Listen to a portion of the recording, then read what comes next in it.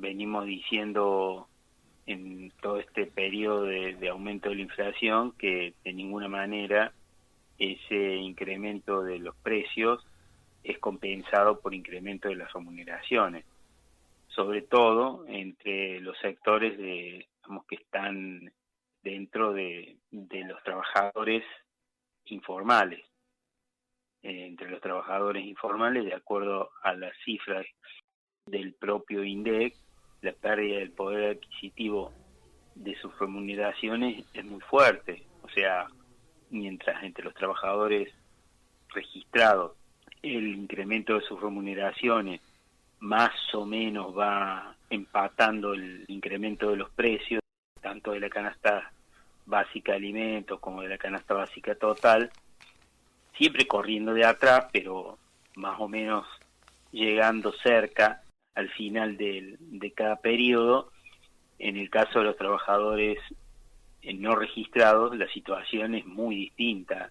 Hubo pérdidas de 10 puntos porcentuales en el año 2021 y otro tanto en el 2022, y siguiendo la misma tendencia a lo largo de este primer trimestre.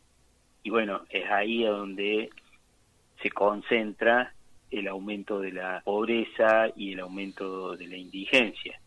Estar en 4 millones de pobres en este periodo, a esta altura, obviamente es una situación muy complicada y con una tendencia ascendente, digamos, con una tendencia que claramente está marcada por una cantidad de sectores, millones de personas y otro tanto de hogares que hasta hace muy poco, tenían los recursos suficientes como para estar por encima de la línea de pobreza, y hoy están por debajo de la línea de pobreza porque sus ingresos no alcanzan. Entonces, bueno, ahí hay una situación, y yo quiero destacar una situación particular, Sí. que es que dentro de las cifras que dio a conocer el INDEC, Sí. cuando desagregamos los datos, algunos datos como 54-55% de niños de 0 a 14 años que están por debajo de la línea de pobreza, o sea, más de la mitad de nuestros hijos están en esa situación ya hace bastante tiempo, o sea, no es una situación nueva, Claro. digamos, para lo que están atravesando, pero también me parece que es destacable dónde está concentrado los mayores porcentajes de pobreza. Y ahí hay una situación particular con el conurbano de la provincia de Buenos Aires, de acuerdo a estas cifras que dio a conocer ayer el INDEC. En el conurbano, lo que en la denominación del INDEC se llama partidos del Gran Buenos Aires, el 45% de las personas está por debajo de la línea de pobreza, Claro. y casi un 10% de las personas está por debajo de la línea de indigencia. O sea que un 10% de los bonaerenses que habitan en los partidos del Gran Buenos Aires no tienen recursos suficientes para poder comprar sus alimentos indispensables cada mes. No, claro, sí, es una lupa que se pone sobre la realidad en un contexto, digo, que ya conocemos, que no es nuevo, digo, porque cíclicamente lo hemos aprendido a transitar desde que somos chicos, ¿no? Aquellos que ahora peinamos canas, digo, no nos sorprende.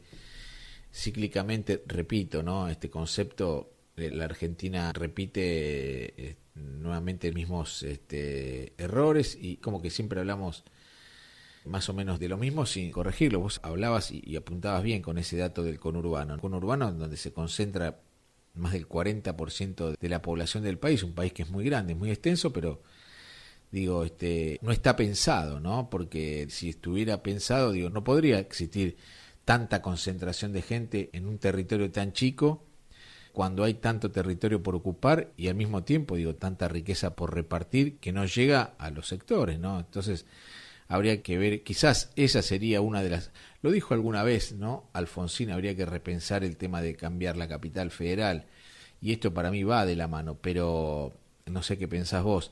Ahora, ¿cómo cambiar esto, no? ¿Cómo cambiar esta realidad?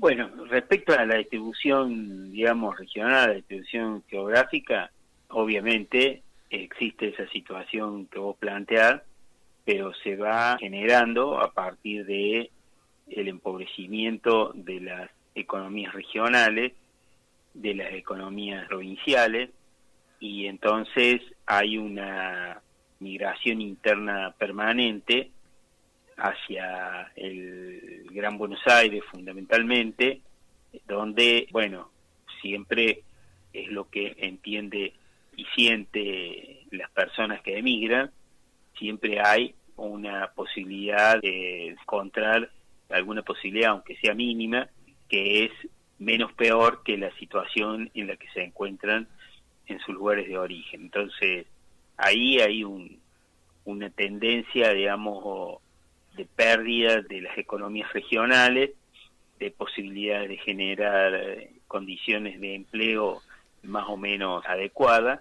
Entonces, esa inmigración interna produce la situación que tenemos en los últimos años. Obviamente, eso, la posibilidad de revertirlo es que, digamos, vayamos por otra distribución de la generación de empleo y del incentivo de las economías regionales que la que ha habido en estas últimas décadas. Y en lo que hace a la distribución sectorial de los recursos, de las riquezas que produce el país, obviamente el problema pasa por una política que efectivamente vaya por una redistribución de esos recursos, porque cuando hablamos, mostramos la situación en la que viven cada vez peor millones y millones de argentinos, hoy estamos hablando de 4 millones de pobres, esa situación que no se condice con los recursos que ha producido la Argentina en los últimos tiempos. Pero cuando hablamos del año 21 y 22, en los que son años en los que ha crecido la economía informal, ha crecido la proporción de trabajadores entre los registrados y los no registrados, y hay una pérdida del poder adquisitivo de los no registrados que es muy fuerte.